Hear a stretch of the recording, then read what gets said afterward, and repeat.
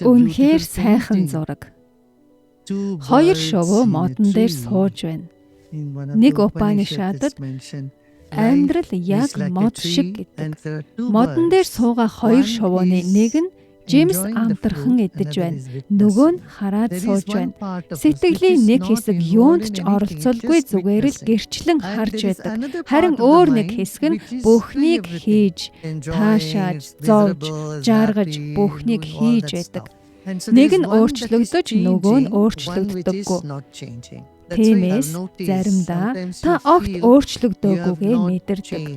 Хүүхдүүд том болж байгааг хараад тэд хурдан өсөж байна. Харин бид хөгшрөөгүй л байна гэдэг. Энэ үнэн. Таны доторх ямар нэг зүйл огт өөрчлөгддөггүй. Тэр зүйл тогтож байхыг гэгэрх гэдэг.